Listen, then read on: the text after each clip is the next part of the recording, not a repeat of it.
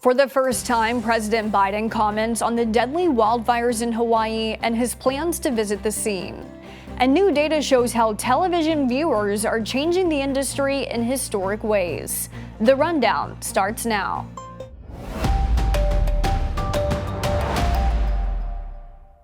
This is Straight Arrow News, bringing you unbiased, straight facts. Today is Wednesday, August 16th. Thanks for joining us. I'm Kara Rucker. President Joe Biden has offered his first remarks on the Hawaii wildfires after facing criticism for not commenting on the tragedy.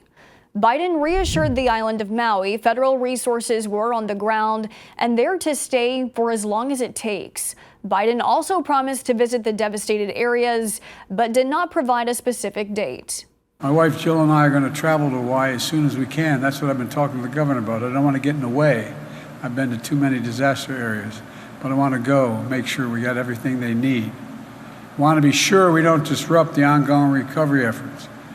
The death toll has now reached 106, with most remains unable to be identified. Residents have their first opportunity to go back to their homes in nearly unrecognizable communities. For those with no house to go home to, there are hundreds of hotel rooms that have opened up in the area for survivors, along with thousands of Airbnbs. The search for dozens of missing people on the island continues today. Former White House Chief of Staff Mark Meadows, one of the listed defendants in Georgia's 2020 election indictment, has petitioned to move the case to federal court because it involves his work as a federal employee. Trump is expected to pursue a similar route, getting his case up to the federal level and out of state court, according to sources who spoke with ABC News.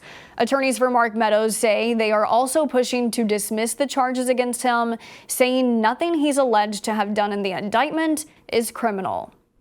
The Georgia District Attorney has ordered former President Donald Trump, along with the other 18 defendants, to turn themselves in by next Friday. Our own Ray Bogan spoke to a legal expert about the possibility of the Georgia election trial taking place in a federal courtroom. You can see his report now on SAN.com. For the first time, North Korea is offering public remarks on the U.S. soldier who darted into their territory almost 1 month ago.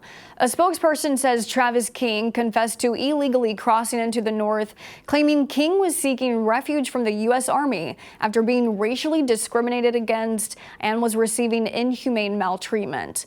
The North said King, who was facing discipline on assault allegations in South Korea, had the intent of staying in North Korea when he decided to cross into their country. It is common for North Korea to highlight racism in the United States to deflect criticism of its own human rights record. The North's comments come just a day before the United Nations Security Council is set to discuss such human rights issues in North Korea. Just as Labor Day weekend road trips near for many Americans, gas prices are on the rise. In fact, prices are at the highest point they've been all year. This morning, AAA says the national average price for regular gasoline sits at $3.87 a gallon, up from $3.56 a month ago. Gas prices are at the highest levels since October of last year. California and Washington drivers are seeing prices above $5 a gallon. Experts say oil supply cuts abroad are impacting the price of gas at home. Though high, prices are still lower than what they were this time last year, when the average price was $3.94 a gallon. Broadcast TV and cable viewership continues to fall, and now they've hit record lows. For the first time ever, the two forms of linear television make up less than half of all TV viewership as more people turn to streaming platforms. Nielsen, who tracks television ratings, says total broadcast viewing for the month of July was just 20% of all TV viewership, representing a new low. While streaming services like YouTube, Netflix, and Amazon Prime Video reached a new record high at 38.7%. Nielsen also disclosed the most watched programs for last month, both on streaming platforms: the drama Suits, seen on Netflix and Peacock, and the children's series Bluey, streaming on Disney+. Finally this morning, an update to a hot button issue for many iPhone users. Apple has seemed to reverse its decision to move the in-call button's position in its upcoming iOS update. Last week, reports showed the red button changing spots to the bottom right corner of the phone screen. But now new images from the latest beta testing show the end call button is pretty much back where users are familiar with seeing it, in the center. Though it's still among other options, no longer by itself, which would be a change from how it looks today. Apple is not commenting.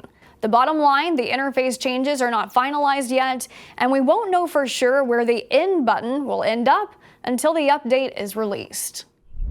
Those are your top stories this Wednesday morning. Thank you for choosing Straight Arrow News as your trusted source. And now you can know the second the Rundown is available with the Straight Arrow News app. The app is free to download in the Apple and Google Play app stores. Just search Straight Arrow News, then make sure to turn on notifications for the Rundown, and you'll get alerted each weekday morning when it's time to watch. Unbiased, straight facts, that's Straight Arrow News. We'll see you back here tomorrow. Until then, I'm Kara Rucker. Have a great day.